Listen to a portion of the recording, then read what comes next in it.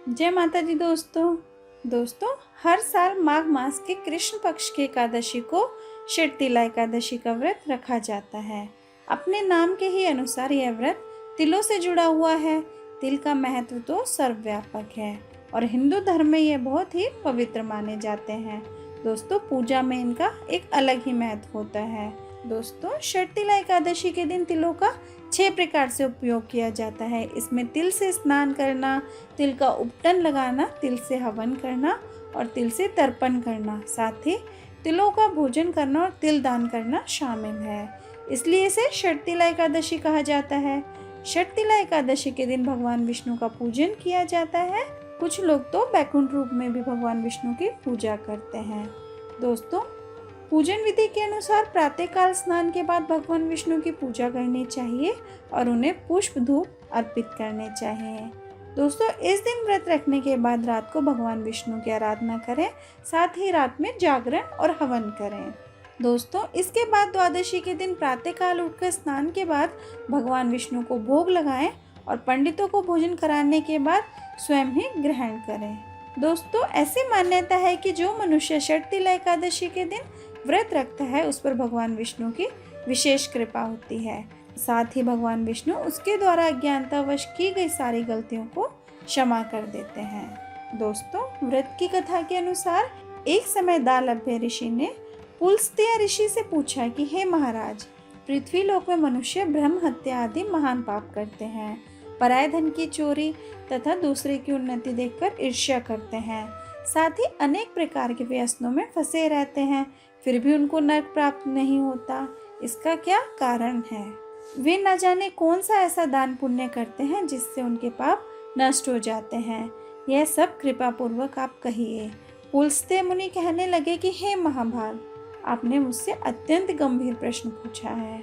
इससे संसार के जीवों का अत्यंत भला होगा। इस भेद को ब्रह्मा, विष्णु, रुद्र तथा इंद्र आदि भी नहीं जानते, परंतु मैं आपको यह गुप्त तत्व अवश्य बताऊंगा। उन्होंने कहा कि माघ मास लगते ही मनुष्य को स्नान आदि करके शुद्ध रहना चाहिए। इंद्रियों को वश में रखकर काम, क्रोध, लोभ, मोह, अहंकार, ईर्ष्या तथा द्वेष आदि को त्याग कर भगवान का स्मरण करना चाहिए। पुष्य नक्षत्र में गोबर, कपास, तिल मिलाकर उनके कंडे बनाने चाहिए। उन कंडों में 108 बार हवन करना चाहिए। उस दिन मूल नक्षत्र हो और एकादशी तिथि हो तो अच्छे से पुण्य देने वाले नियमों को ग्रहण करना चाहिए। स्नान आदि नित्य क्रिया से निवृत्त होकर सब देवताओं के देव श्री भगवान का पूजन करें और एकादशी व्रत धारण करें, रात्रि को जागरण करें। उसके बाद दूसरे दिन धूप, दीप, नैवेद्य आदि से भगवान का पूजन करके खिचड़ी का भोग लगाएं।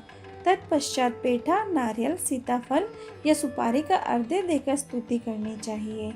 हे भगवान, आप दीनों को शरण देने वाले हैं, इस संसार सागर में फंसे हुओं का उद्धार करने वाले हैं। हे पुंडरीकाक्ष, हे विश्वभावन, हे सुब्रह्मण्य, हे पूर्वज, हे जगतपते, आप लक्ष्मी जी सहित इस तुच्छ अर्घ्य को ग्रहण करें। इसके पश्चात जल से भरा घड़ा ब्राह्मणों को दान करें तथा ब्राह्मणों को श्याम गौ और तिल पात्र देना भी उत्तम है। तिल स्नान और भोजन दोनों ही श्रेष्ठ हैं। इस प्रकार जो मनुष्य जितने तिलों का दान करता है उतने ही 1000 वर्ष स्वर्ग में वास करता है। तिल स्नान, तिल का उपटन, तिल का हवन, तिल का तर्पण, तिल का भोजन और तिलों का दान, ये तिल के 6 प्रकार हैं। इनके प्रयोग के कारण यह शिरतिला एकादशी कहलाती है। इस व्रत के करने से अनेक प्रकार के पाप नष्ट हो जाते हैं। इतना कहकर पुलस्त्य ऋषि कहने लगे, मैं तुमसे इस एकादशी की कथा कहता हूँ, सो ध्यान पूर्वक सुनो। एक समय नारद जी ने भगवान श्री विष्णु से यही प्रश्न किया और भगवान ने जो शिरतिला एकादशी का महात्म्य नारद जी से कहा सो मैं तुमसे कहता हूँ। भगवान ने नारद जी से कहा कि हे नारद, मैं तुमसे सत्य घटना कहता हूँ, ध्यान पूर्वक सुनो। प्राचीन काल में मृत्यु लोक में एक ब्राह्मणी रहती थी। वह सदैव व्रत किया करती थी। एक समय वह 1 मास तक व्रत करती रही। इससे उसका शरीर अत्यंत दुर्बल हो गया। यद्यपि यह अत्यंत बुद्धिमान थी, तथापि उसने कभी देवताओं या ब्राह्मणों के निमित्त अन्न या धन का दान नहीं किया था। इससे मैंने सोचा कि ब्राह्मणी ने व्रत आदि से अपना शरीर शुद्ध कर लिया है, अब इसे विष्णु लोक तो मिल ही जाएगा। परंतु इसने कभी अन्न का दान नहीं किया, इससे इसकी तृप्ति होना कठिन है। भगवान ने आगे कहा। ऐसा सोचकर मैं भिखारी के वेश में मृत्युलोक में उस ब्राह्मणी के पास गया और उससे भिक्षा मांगी। वह ब्राह्मणी बोली, महाराज किस लिए आए हो? मैंने कहा, मुझे भिक्षा चाहिए। इस पर उसने एक मिट्टी का ठेला मेरे भिक्षा पात्र में डाल दिया। मैं उसे लेकर स्वर्ग लौट आया। कुछ समय बाद ब्राह्मणी भी शरीर त्याग कर स्वर्ग में आ गई। उस ब्राह्मणी को मिट्टी का दान करने से स्वर्ग में सुंदर महल मिला, परंतु उसने अपने घर को अन्न आदि सब सामग्रियों से शून्य पाया। घबराकर वह मेरे पास आई और कहने लगी कि भगवान, मैंने अनेक व्रत आदि से आपकी पूजा की, परंतु फिर भी मेरा घर अन्न आदि सब वस्तु से शून्य क्यों है?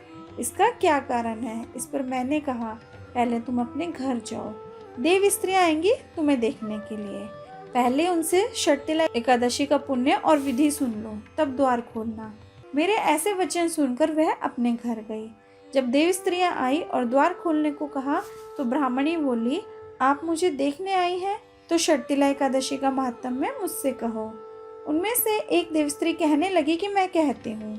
जब ब्राह्मणी ने षटतिला एकादशी का महात्म्य सुना तब द्वार खोल दिया।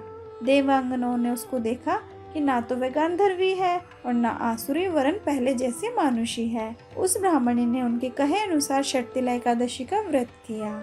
इसके प्रभाव से वह सुंदर और रूपवती हो गई और उसका घर अन्नादि समस्त सामग्रियों से युक्त हो गया।